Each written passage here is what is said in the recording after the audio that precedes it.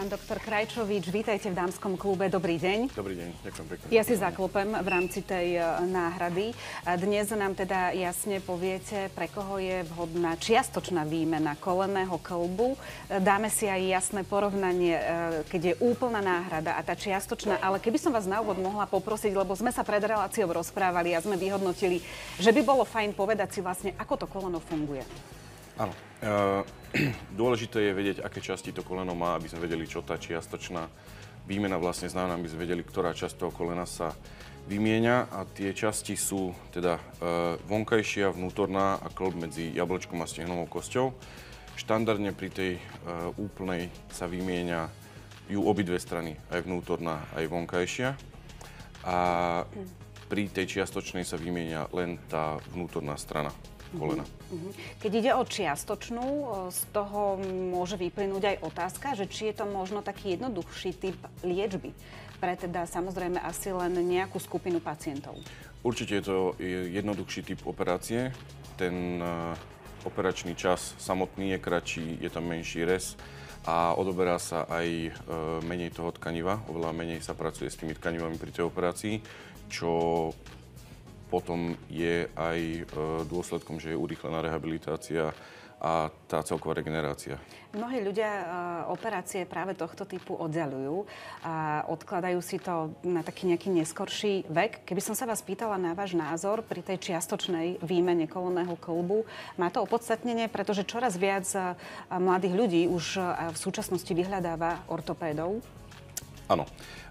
Tá čiastočná náhrada kolena, alebo teda tej vnútornej časti kolena, nám dáva vlastne čas navyše, pretože tá samotná čiastočná náhrada sa dá vymeniť za štandardnú náhradu a tým pádom nám predĺžuje relatívne dvojnásobne to obdobie, kedy ten pacient môže mať pomerne dlho prežívajúci kĺb, lebo aj tá čiastočná, aj tá celková náhrada prežívajú priemerne okolo 20 rokov, čo nám dáva 40 rokov, už je dosť dobré časové obdobie. My sa teraz pozeráme na obrázok, kde si môžeme asi pomenovať.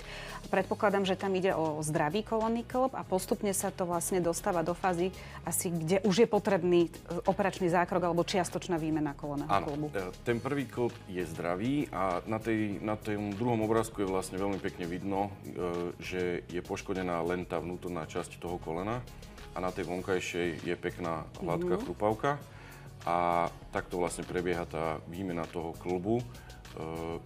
Tá výmena vlastne zahŕňa len výmenu kĺbnych povrchov. K čomu a vôbec ako dochádza k takémuto poškodeniu tej chrupavky? Chrupavka je bežný proces, ktorý je súčasťou starnutia. Tých teórií je viacero, ale celkovo ide o to, že tá chrupavka sa vekom, keďže strácame vodu, stáva fragilnejšia, znižuje sa jej výška, vznikajú tam defekty a tým pádom sa oslabuje a to je vlastne tá povestná artróza, to poškodenie chrupavky, s tým, že sú samozrejme faktory, ktoré toto môžu urýchliť, čo môžu byť úrazy, môžu to byť rôzne operácie predtým, ktoré pacient prekonal a podobne, ktoré urýchlia vznik tejto artrózy. Predpokladám, že sa ozýva aj bolesť, alebo teda kto je naozaj vhodný adept, keby sme to tak mohli definovať na tú čiastočnú výmenu?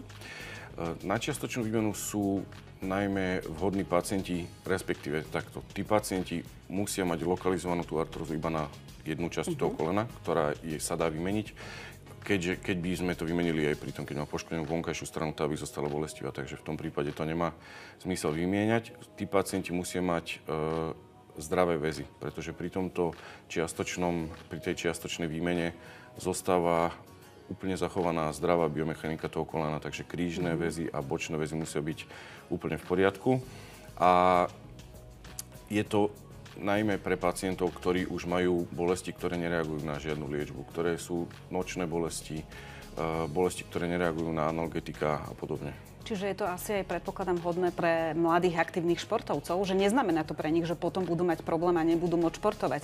Práve naopak asi budú mať aj... Nie, to my stále hovoríme teda, že tým pacientom vysvetľujeme, že my tie kĺby nerobíme na to, aby sedeli doma. Tie kĺby sú na to, aby sa človek hýbal, lebo ten život je pohyb. Sú tam samozrejme isté obmedzenia, najmä kontaktné športy a podobne, ale celkovo sa predpokladá, že ten pacient sa má vrátiť k športovej aktivite po tej operácii. Vrátim sa ešte k tým implantátom, pretože na tej prvej fotografii sme videli, používa sa niekoľko, alebo je na výber niekoľko druhov tých implantátov. Myslíte celkovú výmenu? Aj tú čiastočnú. Áno, áno. No, tá celková výmena toho kolena znamená, že sa vám vymenia vonkajšia aj vnútorná časť toho kolena, s tým, že čiastočne zasahuje aj do kĺbu medzi stehnou kosťou a jablčkom. A tá vnútorná časť, respektíve tá čiastočná, znamená, že sa vymenia len kĺbné povrchy na vnútornej strane. Rozdiel je v tom, že pri tom kolene, kde sa vymenia celé to koleno, alebo teda obidva tie kĺbné povrchy, je nutné odstrániť aj krížne väzy, aby to fungovalo. Samozrejme, tá náhrada obsahuje technickú časť, ktorá toto zabezpečí, tú predozadnú stabilitu. Ale výhoda toho čiastočného kolena je tá, že kompletne zostáva zachovaná tá biomechanika, lebo to koleno sa nielen vystiera a zohýba, ale pri konci vystretia ono aj rotuje. A toto zostáva zachované pri tej čiastočnej a tým pádom, alebo teda tak sa aj vysvetľuje, prečo majú tí pacienti lepšiu mobilitu po takejto výmene. Stáva sa, pán doktor, že v rámci zákroku, už teda toho chirurgického, vyhodnotíte, že je nutná úplná výmena kolenného kĺbu? Môže dôjsť aj k takej situácii, že pacient je teda indikovaný na čiastočnú, ale počas operácie sa vyhodnotí takýto stav? Každý pacient je upozornený na to, že v teórii by sa to mohlo stať. To znamená, že našli by sme veľkú artrózu medzi jablčkom a stehnovou kosťou alebo nejako poškodený väz.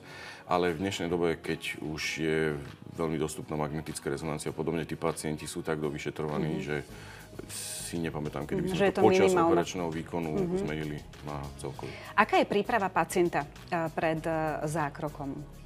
Príprava spočíva najmä v tom, že pacient by mal byť aj napriek artroze čo najmobilnejší. Vždy vysvetľujeme, že oveľa jednoduchšie sa dostane na tú úroveň pohyblivosti, akú má pred operáciou a potom následne môže pracovať ďalej, kde mu branila bolesť. Ako keď je usedený, stuhnutý a to koleno je nerozhýbané, potom je pre neho náročnejšia tá rehabilitácia. Čiže aj tí športovo aktívni, ktorých som spomenula, sú na tom lepšie aj v rámci tej rekonvalescencie, ako ľudia, ktorí jednoducho existujú skôr sedavý život. Tam sa pracuje so živou hmotou, svaly a podobne a keď ten človek tie svaly nemá, musí si ich po operácii vybudovať, čo chce istý čas. Ale keď ten pacient ide do toho s tým, že už na sebe zapracoval, tak to veľmi skracuje tú rehabilitáciu a celkový čas rekonvalescencie. A čo sa týka tej už pozákrokovej, dajme tomu rekonvalescencie, alebo teda starostlivosti, jasne ste to povedali, že tam je vyslovene nutný pohyb, aj keď na prvý pohľad by sa mohlo zdať, že noha vyložená alebo nohy vyložené oddychovať, asi to tak úplne neplatí v tomto prípade. Vôbec to neplatí.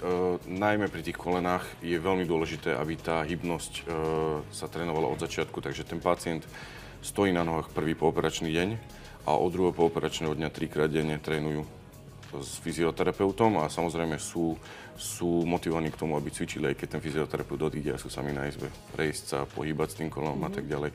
Tie mäkké tkanivo majú tendenciu tuhnúť ako jazva a tomu sa snažíme predísť tým pohybom. Bolestivosť je asi prítomná po zákroku? Nie je to nebolestivý zákrok, ale v dnešnej dobe ten manažment bolesti už prebieha úplne inak. Nevyžadujeme od pacienta, aby vyslovene hlásil, že ho niečo bolí. Snažíme sa tej bolesti predchádzať. Máme možnosti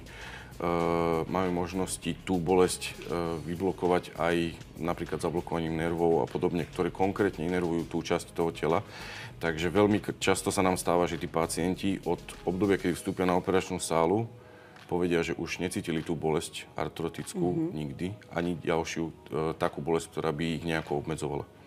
A keď mladý človek, alebo možno aj starší človek absolvuje teda čiastočnú výmenu kolenného kĺbu, je veľký predpoklad, že do budúcna nebude musieť absolvovať úplnú náhradu? Aj keď by bol možno ideálny kandidát, že pomôže to a môže to pomôcť? Áno, tento umelý kĺb môže vydržať kľudne do konca života. 94% týchto kĺbov prežíva viac ako 20 rokov a to sú údaje celosvetovo, takže tam je veľká šanca, že to prežije. A rád by som povedal ešte, čo sa týka toho veku. Je to veľmi vhodné pre mladých pacientov, keďže im to dáva čas, získava čas tým, že môže byť nahradená potom ešte tou primárnou, tzv. Kompletnou náhradou, ale nie sú vylúčení starší pacienti, nie sú rizikovejší. Problém u toho staršieho pacienta je ten, že je menej ľudí vo vyššom veku, ktorí majú poškodenú len vnútornú stranu. Že keby vlastne absolvovali možno skôr tú čiastočnú, tak nemusia potom absolvovať úplnú. Áno, to je pravda, ale sú aj starší pacienti, ktorí majú vyslovene rezervovanú tú artrózu na vnútornú stranu a nedá sa povedať, že by sme povedali niekomu, že ste už na to príliš starí, tak to nie je. Z vašej praxi sa hneď spýtam, teda mladší versus starší pacient, tá rekonvalescencia u mladších je ľahší, bezkomplikovanejší priebeh, alebo nemusí to byť pravidlo vzhľadom na vek? Z našej skúsenosti nejde veľmi ani tak o vek, lebo máme pacientov, ktorí sú v dôchodkovom veku a pravidelne absolvujú cyklistické preteky amatérske a máme pacientov, ktorí sú kancelársky typ, majú 50 a sú menej pohybliví, takže viac menej to súvisí skôr s tým, ako je človek zvyknutý sa hýbať. S tým vekom už ani v dnešnej dobe veľmi nie. Dnes vám ponúkame rady, čo sa čiastočnej výmeny kolenného kĺbu týka. V rozprávaní pokračujeme samozrejme s pánom doktorom. Máme napísaných zo pár otázok, ktoré teda zodpovedia takmer na všetky, pretože diváci sa naozaj vo veľkom pýtajú. Pán doktor, keby sme si ešte mohli jasne teda pomenovať, kedy je ten prvý signál toho, pretože mnohí diváci naozaj tú operáciu oddiaľujú. Prvý signál toho, že tá čiastočná výmena kolenného kĺbu je už naozaj nutná a bola by dokonca aj v prospech. Prvým takým signálom býva najmä bolesť, ktorá pretrváva aj po ukončení nejakej námahy v kľude a nočná bolesť to už je stav, kedy treba naozaj navštíviť ortopéda a zistiť príčinu. Čiže v pokoji. Bolesť v pokoji. Poďme k zákroku. Vy ste nám teda vysvetlili, k čomu tam dochádza, aj sme videli obrázky. Keby som sa spýtala, možno aj na toto sme nespomenuli, kde sa robí rez, keď ide o čiastočnú výmenu kolenného kĺbu? Pri čiastočnej výmene sa rez robí na vnútornej strane jablčka a je oveľa kratší ako pri celkovej výmene. Stehy sú vnútorné, vonkajšie? Sú aj vnútorné, ktoré sa sami vstrebú, organizmus ich sám vstrebe a sú aj vonkajšie, ktoré je nutné po 2 týždňoch. Môže byť aj nejaká komplikácia v rámci hojenia samotnej rany? Alebo môže telo neprijať samotný implantát? Môže sa také niečo stať? Neprijatie implantátu, s tým sa v zásade nestretávame. Sú pacienti, ktorí sú alergickí na niektoré kovy, ale to vieme už pred operáciou a pre tých máme špeciálne implantáty s povrchovou úpravou antialergickou. Čiže v rámci tej prípravy na operáciu prebieha nejaká konzultácia s pacientom, kde sa pýtate na nejaké konkrétne otázky a tak vlastne zisťujete, či môže k takému niečomu dôjsť? Presne tak. Ak má niekto alergiu na nejaký kov, tak v tom veku, keď už pristupujeme k týmto operáciám, väčšinou má nejaké zlé skúsenosti, povie, že mal niekedy nejakú výrážku, podobne. Trošku nám zablíka kontrolka, pošleme ho na špeciálne vyšetrenie alergologovi a on už vie presne vytestovať množstvo kovov a z toho my vieme, čo môžeme použiť, ktorý implantát. Čiže vlastne to je ešte vzájomná komunikácia a spolupráca s alergológom. V takomto prípade, keď máte akékoľvek podozrenie, stojí to určite za to? Áno, určite. Životnosť implantátu. Vy ste spomenuli, ale predsa len sa teda spýtam. A 20 rokov ste povedali? 94% 20 rokov. To znamená, že vieme dožiť s takým implantátom v podstate? V zásade áno. Snažíme sa dostať k operácii v takom veku, aby ste už s tým implantátom mohli dožiť. Od čoho všetkého to ale môže závisieť? Teraz sa možno pýtam aj za tých ľudí, ktorí sú po operácii čiastočnej výmeny kolenného kĺbu a necvičia po operácii. Pretože ste povedali, že je veľmi dôležité cvičiť nielen samozrejme po operácii, ale predovšetkým pred. Áno. Stabilitu toho kĺbu nám zabezpečujú okrem tých väzov aj svaly, ktorých je množstvo okolo toho kolena. A keď sa podcení tá rehabilitácia, tak môže nastať nestabilita čiastočná, ktorú my nemusíme pociťovať ako nejaký diskomfort, ale tomu kĺbu to nerobí dobre. Takže podcenená rehabilitácia môže byť problémom v budúcnosti. Barle sú potrebné po operácii a ako dlho, ak áno? Pri kolene sú barle štandardne doporučované na 6 týždňov z toho dôvodu, že ten rez prechádza aj cez väz, ktorý je súčasťou svalu, ktorý vystiera koleno. a tam je nutné ho odľahčovať, kým sa to zahojí. Samotný ten implantát, čo sa týka pevnosti na kosti, ten drží už na operačnej sále takým spôsobom, že sa nedá dať dole. Tá rehabilitácia je nutná. Venovali sme sa v tom prvom stupe. Spomenuli sme, že hneď vlastne pacient sa postaví na svoje nohy a musí chodiť na druhý deň. A z čoho možno pozostáva taká rehabilitácia? Teraz som si predstavila napríklad takú chôdzu, ale ísť po schodoch. To je veľký zásah, čiže je tam asi aj isté obmedzenie. Je to naozaj o takýchto základoch, ako ísť po schodoch napríklad a výjsť hore? Áno. Úplný základ je hybnosť, kedy tomu pacientovi sa snažíme ukázať, že tá hybnosť je tam možná. Veľakrát to robíme už tak na operačnej sále, keďže dneska tá anestéza môže byť urobená tak, že pacient si len necíti nohy, že mu fyzicky ukážeme, ešte keď si necíti tú nohu, koľko je schopný dokázať, koľko je schopný to koleno zohnúť a potom vlastne ho motivujeme, aby tú hybnosť dosiahol.